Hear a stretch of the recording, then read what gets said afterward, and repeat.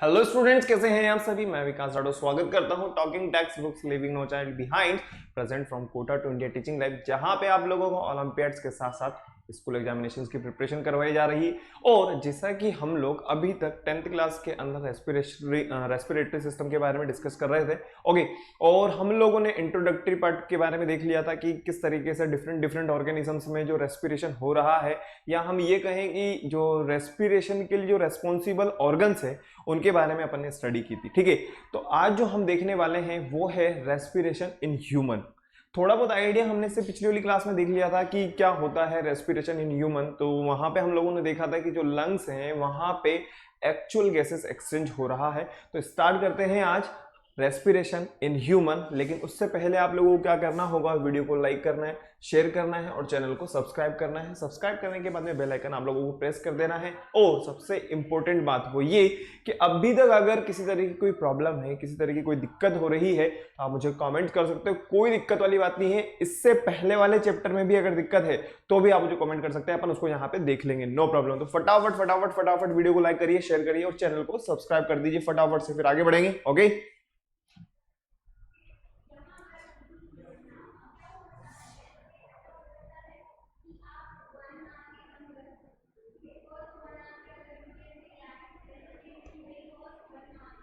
चलें आगे। चलिए आगे बढ़ते हैं। नेक्स्ट, जो आप लोगों को बहुत अच्छी तरीके से पता है कि आप लोगों को क्या करना होगा, इस साइन के बारे में आप लोग बहुत अच्छी तरीके से जानते हैं। टेलीग्राम का साइन है बेटा, कुछ नहीं करना है, गूगल पे जाना है, डाउनलोड कर लेना है। डाउनलोड करने के बाद में जो 10th क्लास वाले स्टूडेंट्स हैं उनके लिए जो पाथ बना हुआ है वो आप लोगों को यहाँ पे दिखाई दे रहा होगा, t.me/ttb010 है। ओके, आप जैसे इसको फॉलो करेंगे तो आप हमारे टेलीग्राम चैनल को ज्वाइन कर चुके होंगे। और यहाँ पे जो study material as a sample paper हम बात कर सकते हैं, डीपीपी की मैं बात कर सकता हूँ, स्टडी मटेरियल की मैं बात कर सकता हूँ, आप लोगों के लिए अवेलेबल है। आप इजीली इसको एक्सेस कर सकते हैं और अपनी प्रैक्टिस कर सकते हैं।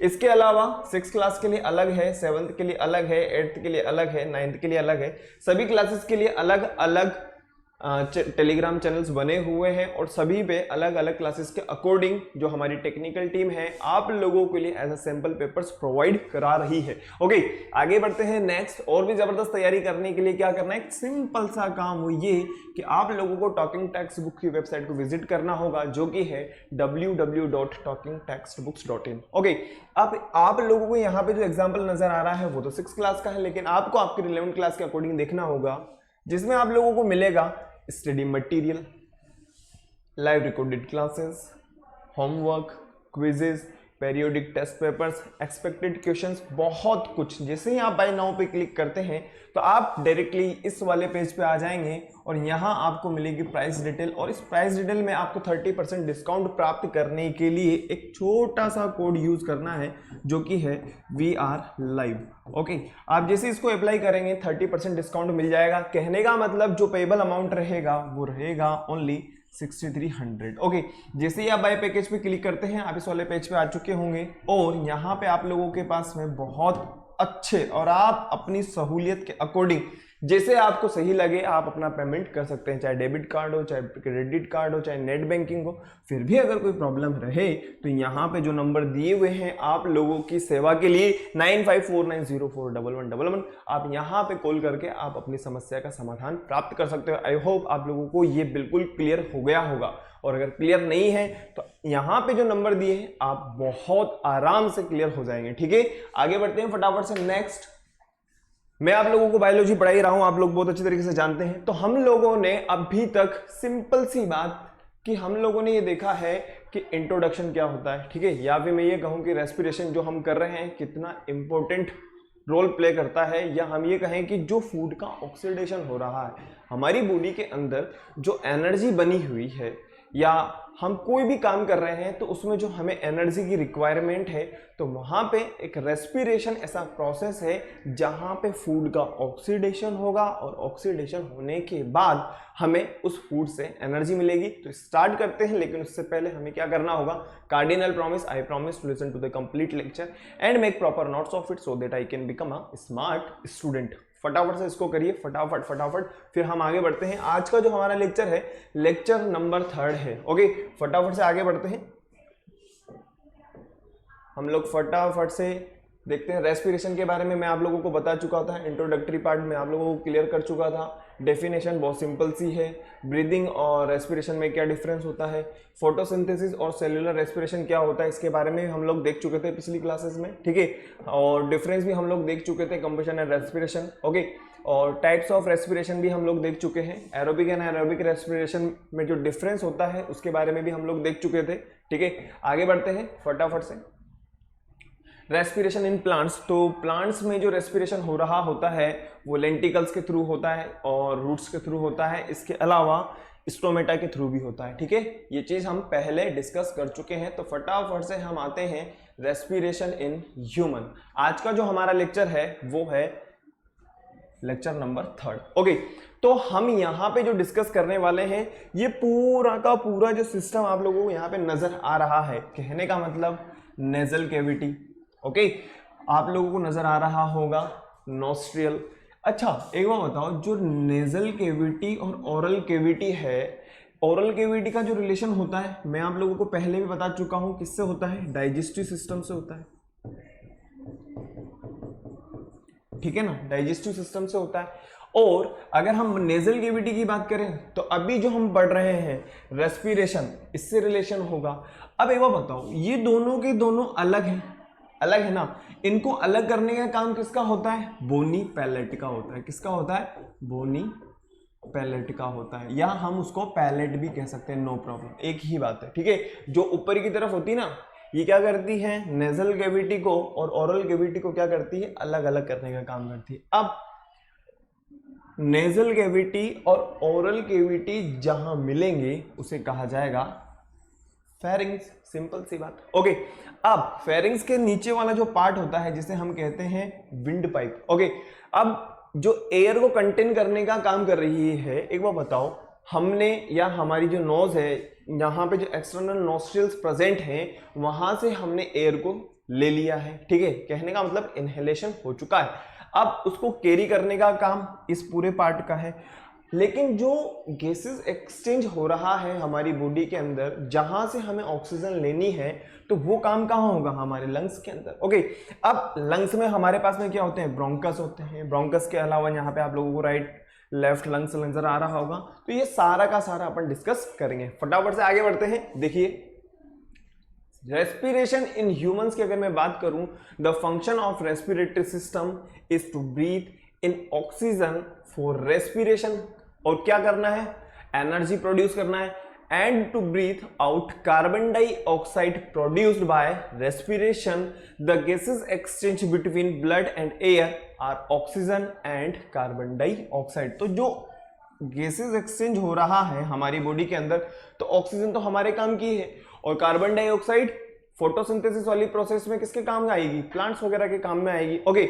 और यहाँ पे क्या होगा, फूड का ऑक्सीडेशन होगा, इसीलिए तो लिखा हुआ है एनर्जी फ्रॉम फूड, सिंपल सी बात है। तो वो जो फूड होगा हमारी बॉडी के अंदर, उसका क्या होगा, ऑक्सीडेशन होगा, ओके। एज इट इज आप इसको एक बार उतार लीजिए, फिर आगे बढ़ेंगे। बहुत सिंपल सा टॉपिक है हमारा आज का।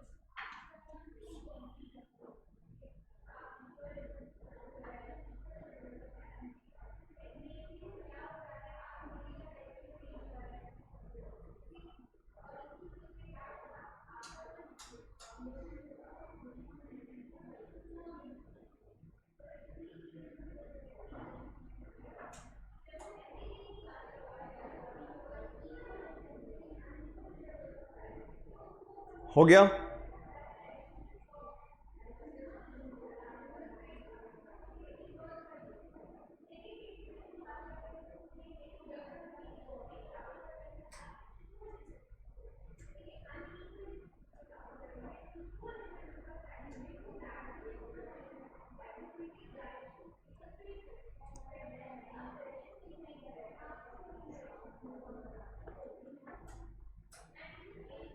चलिए आगे बढ़ते हैं नेक्स्ट फटाफट से। आगे हम देखते हैं कि जो एक्सटर्नल नोस्ट्रिल आपको नजर आ रहे हैं, जिनके थ्रू हम क्या कर रहे होते हैं, इनहेलेशन और एक्सहेलेशन कर रहे हैं। ये जो बाहर की तरफ आपको नजर आ रहे हैं, ठीक है, बाहर की तरफ जो चीज हमें नजर आ रही है, बाहर तो हमें नोज भी नजर आ रही है, लेकिन ये जो दो चीजें हैं इन्हें कहा जाता है एक्सटर्नल नोस्ट्रियल, ठीक है। First part of respiratory system, it opens into nasal cavity, that means for inhalation and exhalation of air. तो सिंपल सी बात है, ये जो पार्ट है हमारी बॉडी का वो किसमें हमारी हेल्प कर रहा है, एयर को लेने में और एयर को बाहर रिलीज करने में हमारी हेल्प कर रहा है। ओके भाई, ऐसा कोई ना कोई तो ऑर्गन होना चाहिए ना जो एयर को हमारे लंग्स तक पहुंचाए। चलो ठीक है, लंग्स तक जाने के बाद में गैसेस एक्सचेंज हो जाएगा, लेकिन कोई ना कोई तो ऐसा पार्ट होगा जो क्या करेगा, इनहेलेशन का काम करेगा और उसको कैरी करके कहां पे ले जाएगा, हमारे लंग्स तक लेके जाएगा। ठीक है, फटाफट से एज इट इज आप इसको उतार लीजिए। आगे बढ़ते हैं नेक्स्ट, नेजल केविटी। देखो नेजल केविटी की अगर मैं बात करता हूं तो हम लोगों ने इससे पहले एक चैप्टर देखा था जिसका नाम था डाइजेस्टिव सिस्टम। ओके, वहां पे हमने ये देखा था कि ओरल केविटी क्या होती है, और ओरल केविटी के अंदर जो ऑर्गन्स थे या हम ये कहें कि जो पार्ट्स थे उनके बारे में अपन ने बहुत अच्छे से स्टडी की थी। ओरल केविटी की अगर मैं बात करता हूं तो टीथ, टंग एंड पैलेट, इन तीनों से मिलकर के बनी हुई है। इसके अलावा एक सलेवरी ग्लैंड वहां पे प्रेजेंट होती है ना, और ये सब मिलकर के अपना काम बहुत अच्छे तरीके से करते हैं। अब हम बात करते हैं नेजल केविटी के बारे में। तो नेजल केविटी के अंदर जो म्यूकस वगैरह प्रेजेंट होता है, जो हेयर वगैरह प्रेजेंट होते हैं, आप लोगों को पता होगा हमारी जो नाक है वहां पे हेयर वगैरह प्रेजेंट है। इसके अलावा म्यूकस प्रेजेंट होता है जो हमारी नोज के अंदर का जो एनवायरनमेंट है उसको थोड़ा सा हम ये कह सकते हैं कि मॉइस्ट बनाने के काम करता है। अब जो हेयर होंगे वो क्या काम करेंगे, हेयर जो होते हैं वो एयर को छानने का काम करते हैं। ठीक है, प्यूरिफिकेशन का काम कर रहे हैं। सिंपल सी बात है, जो डस्ट पार्टिकल्स होंगे उन डस्ट पार्टिकल्स को क्या कर देंगे, वहीं पे स्टॉप कर देंगे, और जो प्योर एयर होगी वो हमारे लंग्स तक पहुंचेगी। वही चीज यहाँ पे लिखी हुई है, फटाफट से देखते हैं। This cavity is separated from oral cavity by means of hard and bony palate. जैसा कि मैंने आप लोगों को बताया हुआ है, it is lined by ciliated columnar epithelial cells. तो हम लोग ये 9th क्लास में टिश्यू वाला चैप्टर पढ़ करके आए हैं। ठीक है, तो हम लोगों ने देखा था जो एपिथेलियल सेल्स होती हैं या टिश्यूज होते हैं वो लाइनिंग वगैरह में हेल्प करते हैं, है ना। It is lined by ciliated columnar epithelial cells that are rich in mucus and brings about warming, moisturing and sterilisation of air. It contain hair and mucus. देखो जैसा कि हम लोगों ने अभी थोड़ी देर पहले डिस्कस किया था, तो क्या करते हैं, ये डस्ट पार्टिकल को वहीं पर ही रोक लेंगे। ओके, और जो प्योर एयर होगी वो हमारे लंग्स तक पहुंचेगी। एज इट इज आप फटाफट से उसको उतार लीजिए।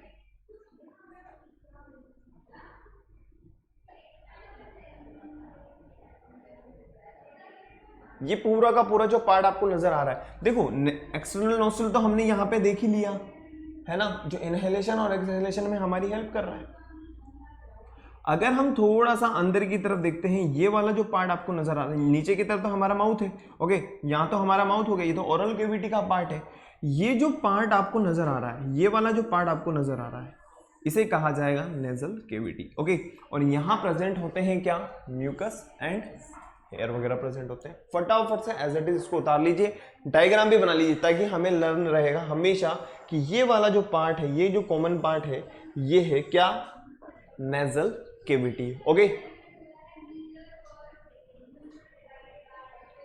क्लियर है, फटाफट से बना लीजिए। आज अपन पूरे के पूरे जो रेस्पिरेटरी सिस्टम के अंदर जितने भी ऑर्गन यूजफुल हैं या जो भी ऑर्गन काम आएंगे उनके बारे में डिस्कस करेंगे। ठीक है, फिर इसके बाद में हम लोग देखेंगे कि किस तरीके से एयर हमारी बॉडी के अंदर जा रही है और किस तरीके से जो एयर है वो हमारी बॉडी से बाहर रिलीज हो रही है। इन सब के बारे में अपन देखेंगे, उसे कहेंगे हम मैकेनिज्म ऑफ रेस्पिरेशन। ठीक है, आगे बढ़ते हैं नेक्स्ट फटाफट से।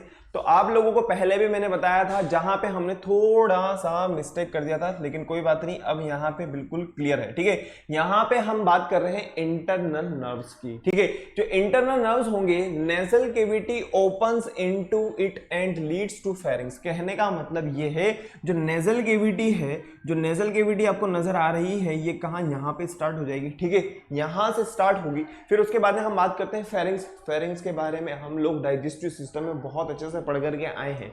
नेजल केविटी के बाद या ओरल केविटी के बाद, या हम ये कहें नेजल केविटी या ओरल केविटी का जो कॉमन पार्ट होगा, जहां पे दोनों आकर के मिल जाएंगे। भाई हम एयर ले रहे हैं, है ना, वो एयर कहीं ना कहीं हमारे यहाँ पे आ रही होगी, हम जो खाना एनगल्फ कर रहे हैं वो खाना भी कहीं ना कहीं, तो एक ऐसी जगह तो होगी जो कॉमन होगा, उसे कहा जाएगा फेरिंग्स। क्या कहा जाएगा? फेरिंग्स कहा जाएगा। It is common part between both alimentary canal that means हम कह सकते हैं कि ओरल कैविटी से रिलेटेड है, एंड रेस्पिरेटरी सिस्टम। तो रेस्पिरेटरी में किससे रिलेटेड है? ये नेजल कैविटी से रिलेटेड है। तो हमने दोनों कैविटी के बारे में पहले भी देख लिया और वही चीज यहां पे हमें देखने को मिल रही है। Its function is to regulates the passage of air to the lungs and food to the oesophagus. अब जो एयर होगी, एयर को कहां तक पहुंचाने का काम होगा? लंग्स तक पहुंचाने का काम होगा। इसोफेगस की अगर अपन बात करें, जो फूड हम एनगल्फ कर रहे हैं उस फूड को स्टमक तक पहुंचाने का काम होगा। सिंपल सी बात। द फेरिंग्स और throat is the passageway leading from the mouth and nose to oesophagus and larynx. तो ये जो कॉमन पार्ट है, जो फेरिंग्स है, ये कहां पे मिलेगा हमें? ये मिलेगा हमें नेजल केविटी और ओरल केविटी, जहां पे कॉमन हो जाएंगे। कहने का मतलब हम कह सकते हैं कि ये वाला जो पार्ट आपको नजर आ रहा है, ठीक है, यहां से तो नोज वाला पार्ट है, ठीक है, ये देखिए, और ये जो है ये ओरल केविटी का कॉमन पार्ट है। ये वाला जो पार्ट आपको दिखाई दे रहा है इसे कहा जाएगा फेरिंग्स। ओके, और भी ज्यादा क्लियर कर लेते हैं इसको, फेरिंग्स को, लेकिन उससे पहले हम लैरिंग्स के बारे में देखते हैं।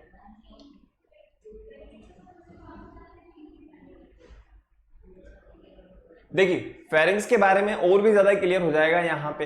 अगर हम बात करें फेरिंग्स का, या फेरिंग्स के बारे में अपन बात करते हैं, देखो ये फेरिंग्स का जो पार्ट होगा ये कहीं ना कहीं नोज से रिलेटेड है। ये जो फेरिंग्स का पार्ट है ये कहीं ना कहीं हम कह सकते हैं, कहीं ना कहीं ये हमारे माउथ से रिलेटेड है। तो यहां पे हमारे पास में दो वर्ड्स आते हैं, नेजोफेरिंग्स जो हमारी नेजल केविटी या रेस्पिरेटरी सिस्टम से रिलेटेड होगा, दूसरा होगा हमारा ओरोफेरिंग्स, कहने का मतलब ओरल केविटी से रिलेटेड होगा। सिंपल सी बात है। ओके, तो हम कह सकते हैं ये किससे रिलेटेड होगा? इंटरनल नर्व से रिलेटेड होगा। ओरोफेरिंग्स की अगर अपन बात करें तो ओरल केविटी से रिलेटेड होगा। और लास्ट हम बात करें लैरिंगोफेरिंग्स, तो अभी तक हम लोगों ने लैरिंग्स के बारे में नहीं देखा है, तो सबसे पहले लैरिंग्स के बारे में देखते हैं, उसके बाद में हम लैरिंगोफेरिंग्स के बारे में बात करेंगे। देखो, ये जो आपको पार्ट नजर आ रहा है, ये वाला जो पार्ट है ये तो है फेरिंग्स। ओके, और ये वाला जो पाइप आपको नजर आ रहा है ये तो सिंपल सी बात है, एयर को कंटेन करने का काम करेगा और कुछ नहीं, ठीक है। अब इन दोनों के बीच में जो कॉमन पार्ट है इसे कहा जाएगा लैरिंग्स। क्या कहा जाएगा? लैरिंग्स। और लैरिंग्स को और क्या कहा जाता है? वॉइस बॉक्स भी कहा जाता है। फटाफट एज इट इज आप बना लीजिए इसको, फटाफट।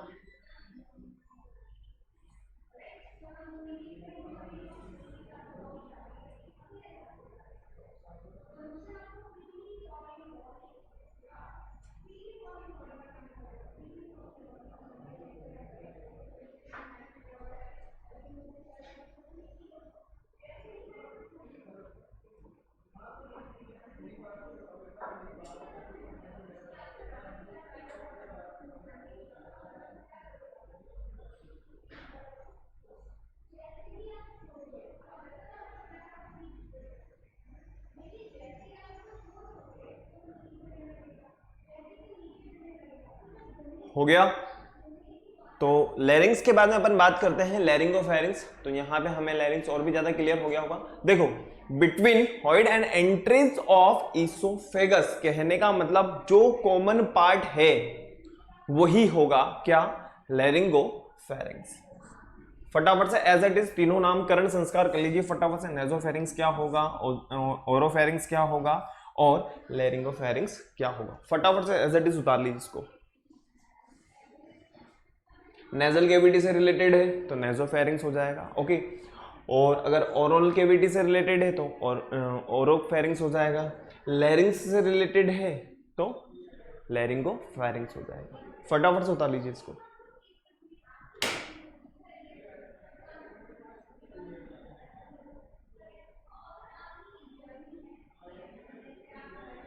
क्लियर है? आगे बढ़े।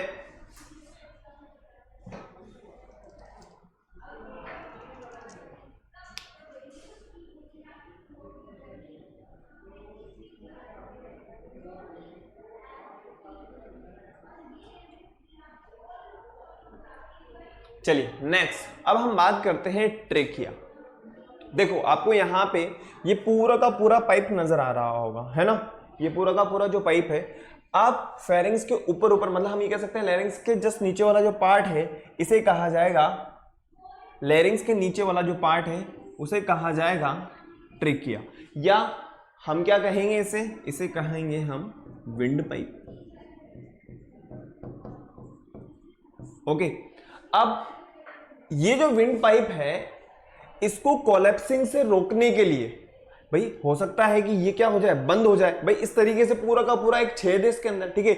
अब अगर ये छेद बंद हो गया तो प्रॉब्लम हो सकती है, जो एयर हम ले रहे हैं वो एयर हमारे लंग्स तक नहीं पहुंचेगी। अगर हमारे लंग्स तक नहीं पहुंचेगी तो सिंपल सी बात है हमारे फूड का ऑक्सीडेशन नहीं हो पाएगा। अरे पहली बात तो अगर एयर ही नहीं पहुंच रही है तो पूरा का पूरा सिस्टम गड़बड़ हो जाएगा, ठीक है। तो उसको कोलैप्सिंग से रोकने के लिए यहाँ पे कार्टिलेज के बने हुए सी शेप के क्या होते हैं, एक रिंग होती है जो इसको किसमें हम ये कह सकते हैं कि प्रिवेंशन प्रोवाइड करती है या प्रोटेक्शन प्रोवाइड करती है, ताकि क्या ना हो, कोलैप्स ना हो। ओके, और ये जो ट्रेकिया है ये हमारे लंग्स के यहाँ पे, या हम ये कहें कि थोरेसिक कैविटी की अगर हम बात करें तो ये दो पार्ट्स के अंदर डिवाइड हो जाती है। ओके, उन्हें कहा जाता है ब्रोंकाई, और ब्रोंकाई भी वापस से एक ट्री की शेप में जो है फर्दर आगे डिवाइड हो जाती है, जैसे कि हम कह सकते हैं primary bronchioles, secondary bronchioles, tertiary bronchioles, और ये इनका जो डेस्टिनेशन होता है वो होता है एल्वलाई, और एल्वलाई में जाकर के क्या होता है, एक्चुअल गैसेस एक्सचेंज होता है। तो वही चीज यहाँ पे लिखी हुई, फटाफट से हम देखते हैं। It is also called as windpipe, जैसा कि मैंने आप लोगों को पहले बताया हुआ है। अगर इसकी हम लंबाई की बात करें, it is 10 to 12 centimetre tube, और इसको सपोर्ट करते हैं लगभग अगर आपसे पूछा जाए कि कितने छल्ले होंगे तो वो 16 से लेकर के 20 के लगभग होते हैं, ठीक है। नेक्स्ट हम बात करें ट्रेकिया को और क्या कहा जाता है, विंड पाइप, जैसा कि हम लोग बता चुके हैं। The trachea then divides into 2 smaller tubes called bronchi. देखो जैसा कि हम लोगों ने जस्ट अभी देखा है, ये जो ट्रेकिया है देखो ना, यहाँ पे वापस से 2 पार्ट्स के अंदर डिवाइड हो गई है, और ये दोनों के दोनों पार्ट्स कहाँ जा रहे हैं, हमारे लंग्स में तो जा रहे हैं, ये हमारे लंग्स में तो जा रहे हैं, ये हमारे लंग्स में तो जा रहे हैं, सिंपल सी बात है। ओके, एक मिनट, हमारे लंग्स में जा रहे हैं, है ना, और यहां पे जाने के बाद में ये वापस फर्दर क्या होती है, डिवाइड हो जाती है, सिंपल सी बात है। तो ब्रोंकाई और ब्रोंकाई जो होंगे वापस से डिवाइड होंगे, उन्हें कहा जाएगा ब्रोंकियोल्स। फटाफट से एज इट इज इसको उतार लीजिए बेटा।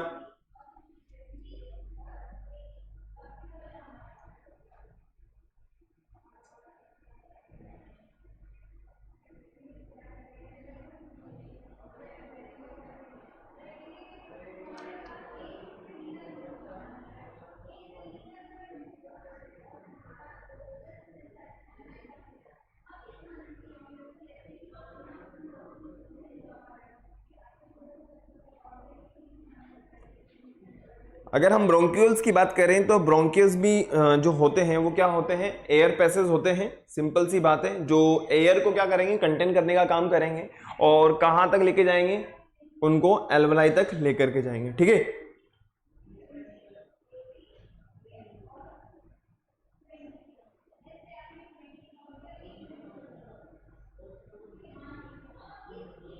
क्लियर है?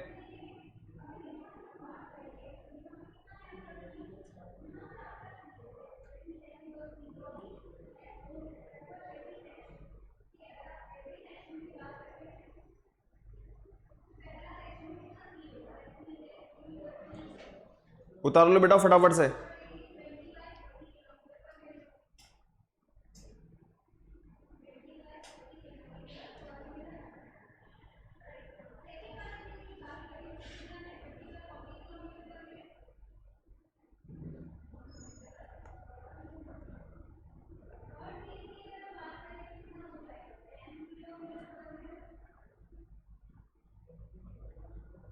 देखिए आगे बढ़ते हैं। ट्रेकिया के बाद में अगर हम बात करते हैं तो किसकी, ब्रोंकाई की अपन बात करते हैं, ठीक है।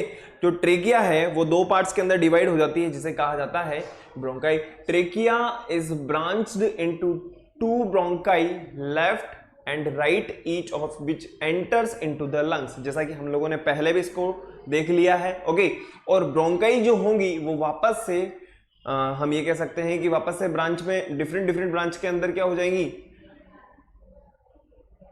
बट जाएंगी, हम ये कह सकते हैं एक तरीके से। ठीक है,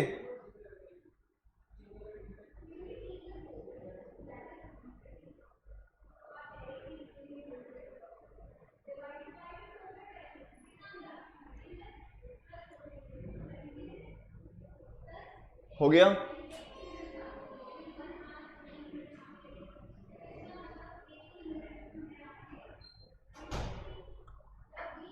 अब हमारे पास में जो मेन क्वेश्चन आता है वो ये है कि what is the difference between bronchi and bronchioles, बताइए क्या होगा।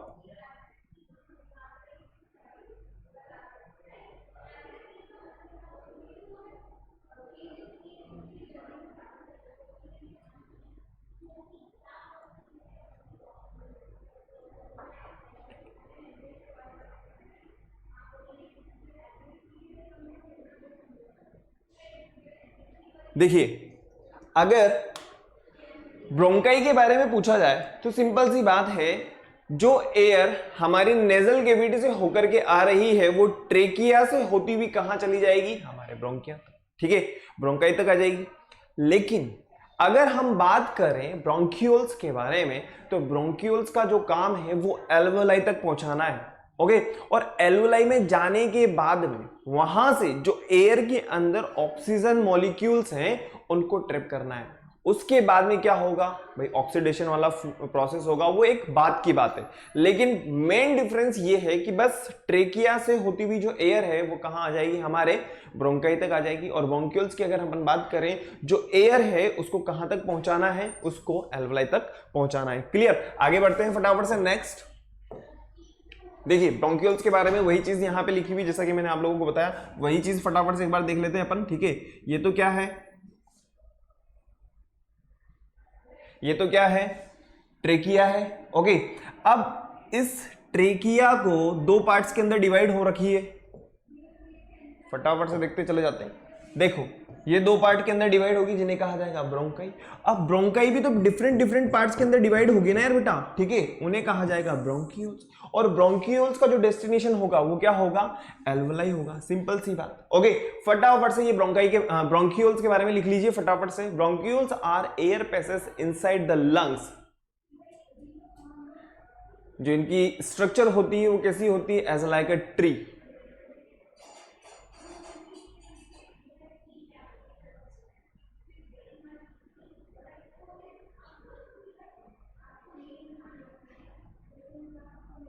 The bronchioles deliver air to tiny called alveoli where oxygen and carbon dioxide are exchanged.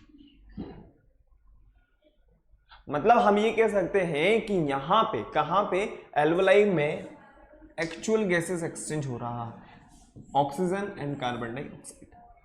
फटाफट से एक छोटा सा डायग्राम बना लीजिए, बहुत ही सिंपल सा डायग्राम है जिसके बारे में ब्रोंकियोल्स के बारे में बताया हुआ है और एल्वेलाई के बारे में बताया हुआ है। और डायफ्राम अभी हम और भी ज्यादा देखने वाले हैं कि क्या होता है डायफ्राम का वर्क।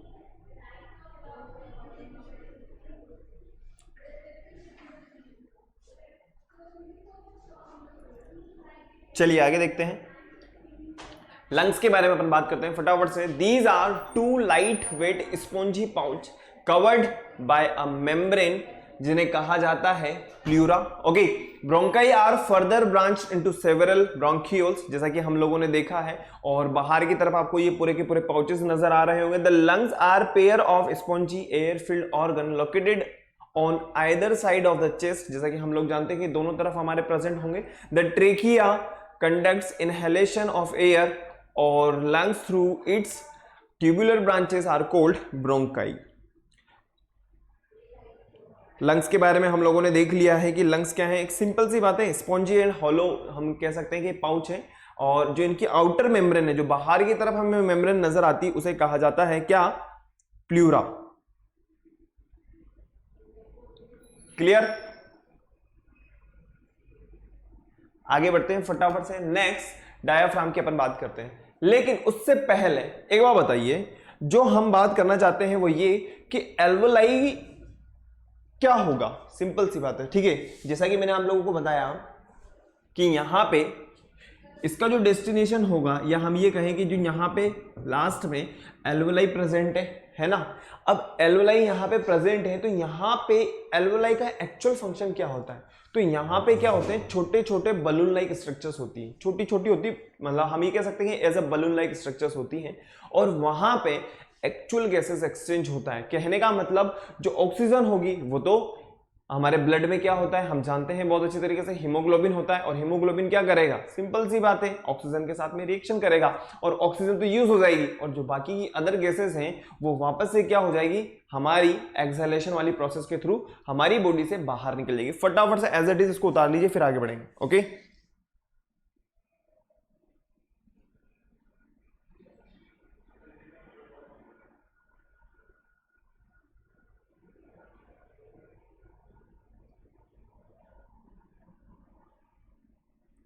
चलिए फटाफट से एक बार वापस से अपन इसका रिवीजन कर लेते हैं, फटाफट फटाफट फटाफट, कि हम लोगों ने आज क्या क्या देखा है। देखो, नेजल कैविटी के अपन स्टार्ट करते हैं। सिंपल सी बात है, ये जो आपको नजर आ रही है इसे कहा जाएगा नेजल कैविटी। ओके, और नेजल कैविटी के अंदर क्या होता है? म्यूकस एंड हेयर प्रेजेंट होते हैं। फटाफट से नेक्स्ट हम बात करते हैं, फिर उसके बाद में इंटरनल नर्व्स, जो फेरिंग्स के पहले पहले वाला पार्ट होगा। फिर उसके बाद में हम फेरिंग्स की बात करें, फेरिंग्स भी हमने 3 टाइप्स में देखी है, कौन कौन से, अगर अलग अलग रिलेशन होगा तो, ठीक है। अगर उसका रिलेशन हमारे नोज से है तो उसे कहा जाएगा नेजोफेरिंग्स, अगर हमारे माउथ से है या हमारे ओरल कैविटी से है तो उसे कहा जाएगा ओरोफेरिंग्स, या हमारे लेरिंग्स से है तो उसे कहा जाएगा लेरिंगोफेरिंग्स। ओके, ये चीज हम लोग देख चुके हैं। लेरिंग्स के बाद में अपन बात करते हैं, लेरिंग्स के बाद में अपन बात करते हैं, फेरिंग्स के अपन ने सारे के सारे टाइप्स देखे। उसके बाद में हम लोगों ने ट्रेकिया के बारे में देखा। ये जो हमें विंड पाइप नजर आ रहा है ये होता है विंड पाइप, और इसको कोलैप्सिंग से रोकने के लिए इसके चारों तरफ क्या होते हैं, ये सी शेप्ड में आपको यहाँ पे ये जो स्ट्रक्चर नजर आ रही है कार्टिलेज की बनी हुई होती है, ठीक है। किसकी बनी होती है? कार्टिलेज की बनी होती है, जो कोलैप्सिंग से रोकती। कहने का मतलब ये चिपक ना जाए, सिंपल सी बात है। अगर चिपक जाएगी तो प्रॉब्लम हो जाएगी, है ना। तो कोलैप्सिंग से रोकने के लिए कौन हेल्प करते हैं? सी शेप के जो इसमें छल्ले बने हुए, और ये कितने होते हैं टोटल? ये टोटल होते हैं 16 से लेकर के 20 के रेंज में प्रेजेंट होते हैं। अगर हम बात करें नेक्स्ट, जो ट्रेकिया है वो वापस से 2 कैटेगरी के अंदर कन्वर्ट हो जाएगी। एक उसे कहा जाएगा ब्रोंकाई, और ब्रोंकाई वापस से कन्वर्ट हो जाएंगे, उन्हें कहा जाएगा ब्रोंकियोल्स। जैसा कि मैंने आप लोगों को बताया है, ये है क्या है? ब्रोंकियोल्स है। और ब्रोंकियोल्स का जो डेस्टिनेशन होगा वो क्या होगा? एल्वोलाई होगा। और ब्रोंकियोल्स जो होती है कैसी शेप होती है? ये as a tree like structure होती है, ठीक है। जैसा ट्री में नहीं होती कि बहुत सारी स्ट्रक्चर्स, प्राइमरी, सेकेंडरी, टर्शरी, उस टाइप की स्ट्रक्चर्स होती है। क्लियर? आगे बढ़ते हैं नेक्स्ट। लंग्स के बारे में हम लोगों ने देखा है कि जो स्पॉन्जी जो स्ट्रक्चर्स होती है हमारी चेस्ट कैविटी की अपन बात करते हैं, दोनों साइड, यहाँ पे भी और यहाँ पे भी, दोनों साइड में प्रेजेंट है। सिंपल सी बात है। ओके, दोनों साइड में प्रेजेंट है, और इसे क्या कहा जाता है? इसे कहा जाता है प्लूरा। क्या कहा जाएगा इसको? प्लूरा कहा जाएगा। नेक्स्ट हम बात करें फटाफट से, 1 मिनट, डायाफ्राम। देखो, ये जो हमारी थोरेसिक कैविटी है, ठीक है, इस थोरेसिक कैविटी को एब्डोमिन कैविटी से जो सेपरेट करता है उसे कहा जाता है डायफ्राम, ठीक है। और ऐसी शेप में हमारा जो होता है वो डायफ्राम होता है। तो वही चीज यहां पे लिखी हुई है, it is a sheet of muscles that lies between below the lungs and separate thoracic cavity from abdomen cavity. तो कहने का मतलब ये है कि जो हमारी थोरेसिक कैविटी है या हमारी जो चेस्ट कैविटी है, बात को समझने की कोशिश करना है, थोरेसिक कैविटी कहें या चेस्ट कैविटी कहें। अब ऊपर वाला जो पार्ट है ये तो चेस्ट कैविटी या थोरेसिक कैविटी हो गया, और ये जो नीचे वाला पार्ट है इसको अलग करने का काम कौन कर रहा है? डायफ्राम कर रहा है। भाई यहां से नीचे वाला जो पार्ट होगा वो हो जाएगा हमारा एब्डोमिन कैविटी, ऊपर वाला पार्ट हमारा थोरेसिक कैविटी, नीचे वाला पार्ट हमारा एब्डोमिन कैविटी। एब्डोमिन कैविटी की जो नीचे वाला जहां पे रिप्रोडक्शन वाला पार्ट होता है उसे कहा जाता है lower part of abdomen cavity. वही चीज यहां पे लिखी हुई बेटा, फटाफट से एज इट इज उतार लीजिए फटाफट से।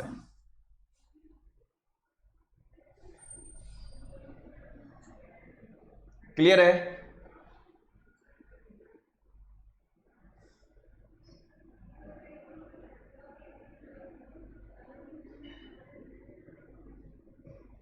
चलिए आगे बढ़ते हैं नेक्स्ट फटाफट से। Mechanism of breathing. देखो हम क्या कर रहे हैं, सिंपल सी बात है, इनहेलेशन कर रहे हैं और एक्सहेलेशन कर रहे हैं, ठीक है। तो इनहेलेशन में हम एयर को अंदर ले रहे हैं और एक्सहेलेशन में हम क्या कर रहे हैं, एयर को बाहर रिलीज कर रहे हैं। लेकिन कुछ ना कुछ तो ऐसा प्रोसेस हो रहा होगा जिसकी वजह से सारा का सारा प्रोसेस हो रहा है। सिंपल सी बात है ना।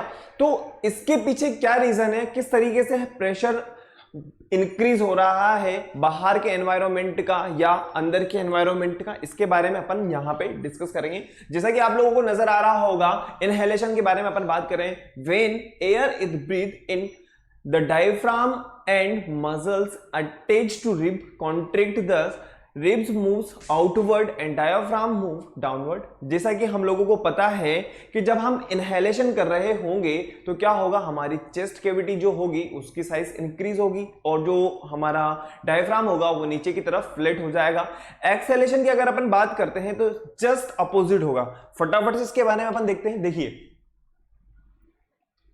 जैसा कि आप लोगों को यहां पे नजर आ रहा है, ठीक है। अब एक बात बताओ, जैसे ही हम लोग एयर इनहेल कर रहे हैं तो क्या होगा, ये फ्लैट हो जाएगा। जब हम इनहेल कर रहे हैं तो ये फ्लैट हो जाएगा और जब एक्सहेल कर रहे हैं तो वापस से किस शेप में आ जाएगा, डोम शेप में आ जाएगा। वापस से किस शेप में आ जाएगा, डोम शेप में आ जाएगा। तो वही तो चीज यहां पे लिखी हुई है, व्हेन यू ब्रीद इन और इनहेल। अगर हम ब्रीद इन कर रहे हैं या हम इनहेल कर रहे हैं तो हमारा जो डायफ्राम होता है वो कॉन्ट्रैक्ट होगा और कहां पे जाएगा, सिंपल सी बात है, डाउनवर्ड, मतलब नीचे की तरफ जाएगा।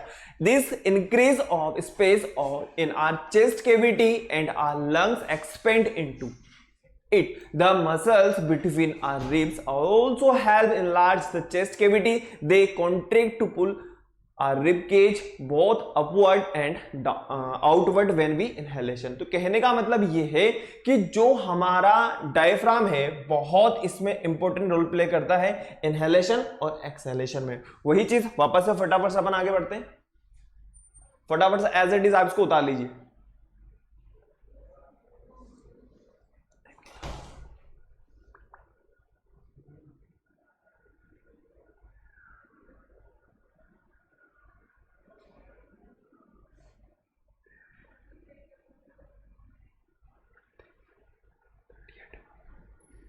ओके ये है पूरा का पूरा मैकेनिज्म ऑफ रेस्पिरेशन। क्लियर है? आगे बढ़े बेटा, फटाफट से देखिए किस तरीके से अगर हम इनहेलेशन कर रहे हैं तो क्या होगा, एक्सहेलेशन कर रहे हैं तो क्या होगा। पूरा का पूरा रिबकेज आपको समझाया गया है यहां पे। देखो इनहेलेशन में क्या हो रहा है, जो हमारा डायफ्राम है वो नीचे की तरफ आएगा, ठीक है। कहने का मतलब फ्लैट साइज में हो जाएगा। अगर हम एक्सहेलेशन करें तो वापस से वो ऊपर की तरफ जाएगा, कहने का मतलब डोम शेप में हो जाएगा, ठीक है। कहने का मतलब ये है कि गुंबद शेप, है ना, गुंबद की आकृति जैसी होती है ना वैसी शेप में हो जाएगा। और जब हम इनहेलेशन कर रहे होंगे तो उस टाइम पे हमारी चेस्ट कैविटी की जो साइज होगी वो इंक्रीज हो जाएगी और एक्सहेलेशन के टाइम पे हमारी जो चेस्ट कैविटी है या हमारी जो थोरेसिक कैविटी है वो क्या होगा, डिक्रीज हो जाएगी। ओके जैसा कि हम लोगों ने पहले भी इसके बारे में देख लिया था। फटाफट से एज इट इज इसको उतार लीजिए फिर आगे बढ़ेंगे। ओके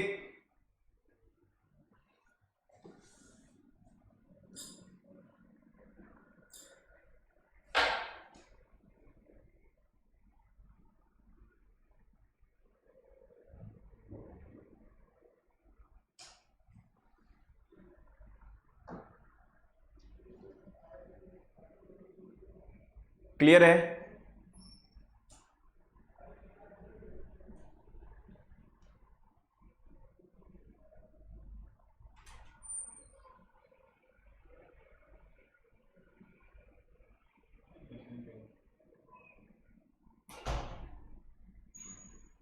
चलिए आगे बढ़ते हैं फटाफट से।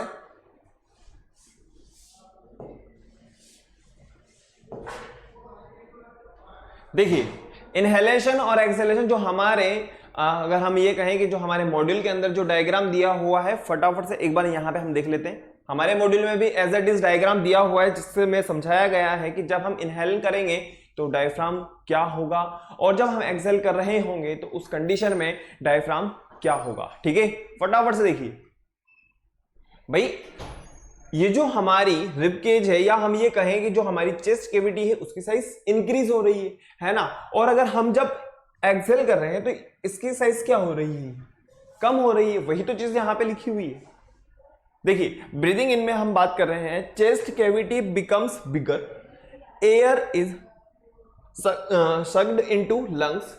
ब्रीदिंग आउट की अगर अपन बात करें chest cavity becomes smaller, air pushed out of the lungs. तो क्या हो गया, एयर तो बाहर चली बढ़ गई ना, ठीक है, और जैसे हम रिलीज कर रहे हैं कम हो गई, सिंपल सी बात। ओके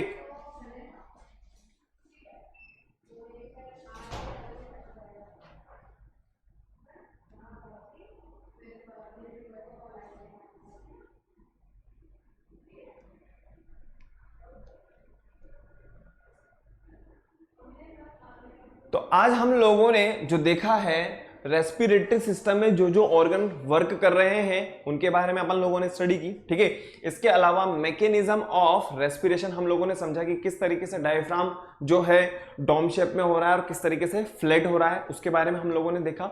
अब इसके आगे की जो क्लास होगी हमारी, वहां पे हम लोग देखेंगे कि किस तरीके से जो है ये पूरा का पूरा प्रोसेस होता है रेस्पिरेशन वाला, और किस तरीके से अगर रेस्पिरेशन एरोबिक है या एनाएरोबिक है तो वहां पे कितने एटीपी मॉलिक्यूल्स बनेंगे। तो मिलते हैं नेक्स्ट क्लास के अंदर, और उससे पहले आप लोगों को क्या करना होगा, वीडियो को लाइक करना है, शेयर करना है और चैनल को सब्सक्राइब करना है। और सब्सक्राइब करने के बाद में आप लोगों को क्या करना होगा, बेल आइकन प्रेस कर देना होगा ताकि आपको नेक्स्ट वीडियो की टाइमली नोटिफिकेशन मिलती रहे। Okay bye, thank you.